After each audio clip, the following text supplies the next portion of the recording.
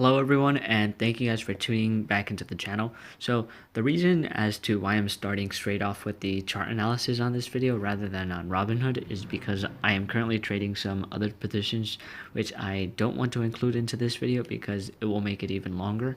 And then if I do include it, most of you will probably not watch the analysis on them if you see them in this video. So I hope you guys understand where I'm coming from. But nonetheless, I'm going to start off by explaining the loss I had. So percentage-wise, it wasn't a big loss. It was a little over 6% loss, but dollar-wise, it might seem a little bit bigger.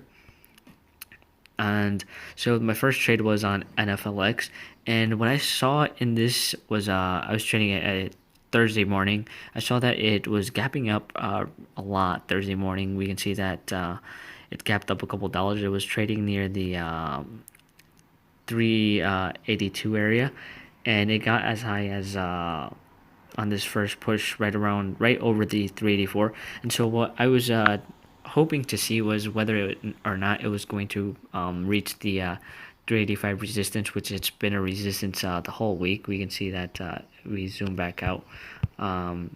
It originally was trying to reach it earlier in the week, and so that's what I was hoping for it to do.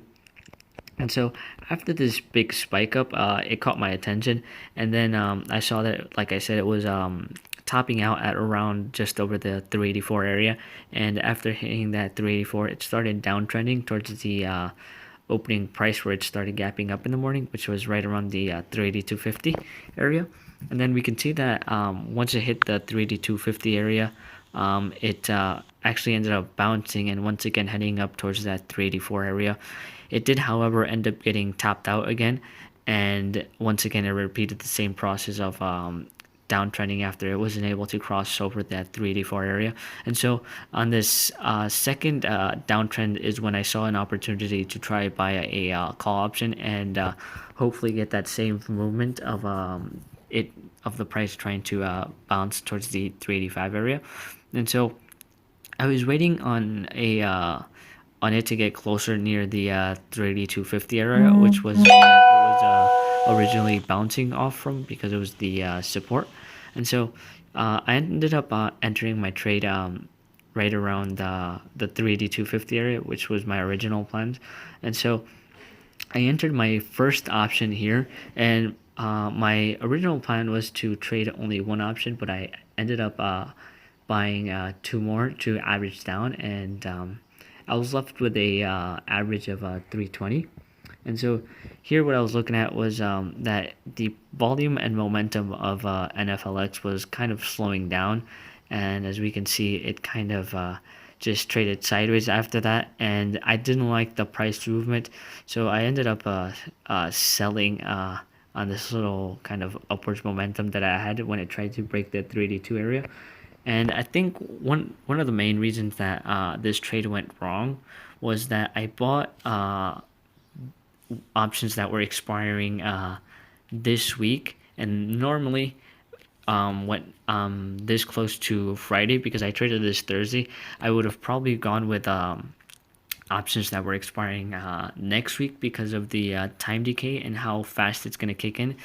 However, next week NFLX actually has its earnings, and so the options for next week are really expensive because the premiums are really high because the implied volatility on the options are is rising because of the expected move from earnings. And I think that that's another big reason on why this trade went bad, because the like I said, the time decay started kicking off pretty fast because it was so close towards expiration. But as you guys can see, we did ended up cutting losses pretty quickly. It was only a $150 loss, and that's why I always like to say that it's always better to cut losses and not just kind of hold and hope that it's going to go your way. Because if we look at the bigger picture, if we zoom out and go into Friday, it's currently trading a lot lower than what I sold for. So if we would have held on to those options are close to worthless right now and will expire worthless in about 10 minutes when market closes, because those were 380 calls. So I'm pretty happy that I stuck to my game plan, and I ended up cutting losses because of, like I said, if we can see that it did not end up making a move towards the upward side, and on the other side it just ended up going even lower, and right now it's trading at almost $15 lower than what I was trading at on Thursday, which was just yesterday. So that's pretty crazy how fast this thing is moving. But I'm definitely going to keep my eye on NFLX because of earnings next week. But yeah, that's pretty much it for this trade. Now I'm going to go ahead and explain the second trade that I took. So the next trade was on BABA, and what I saw in what caught my attention in this trade was that on Wednesday morning, and it had a pretty big gap down. And what was surprising to me was that there was no news, no downgrade, and like no catalyst that would have caused this big of a drop. And what also was quite surprising was that it dropped on a day that the market was hitting all-time highs. So this seemed a little bit odd for a company with such a high market cap to be dropping this much, considering there was no news. So I was looking at the RSI and saw that it was pretty oversold, and I saw that it was a kind of bottoming out near this 167 high 166 area, and so that's when I tried to get filled under 167, but I wasn't able to get filled the first time. You can see that it got as low as 166, but because I was trading in the money options, those tend to get filled a lot slower than out the money options.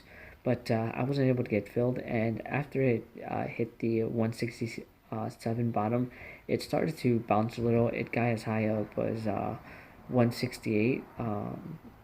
We can see that it got like around 168.20, and after that it ended up downtrending again, and we can see that it got as low as 166.93 again. And this time I ended up putting an alert for me to get notified if it dropped below 167, and so later on in the day we can see that it did end up dropping below 167, and my alert went off, and so I got a notification. And at this time I was able to get filled. I got filled with a 160 call option for $775, and so it kind of ended up trading sideways for the rest of the day, so there was no movement. I decided that I was going to hold overnight and do it as a swing trade.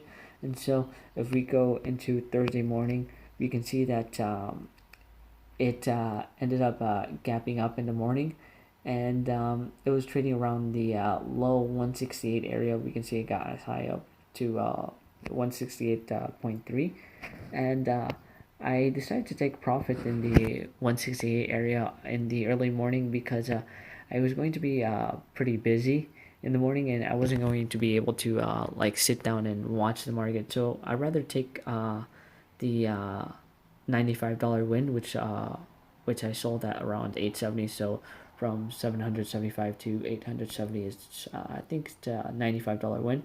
And so, like I said, I would rather have taken that $95 win than hold and have the possibility of it becoming a loss.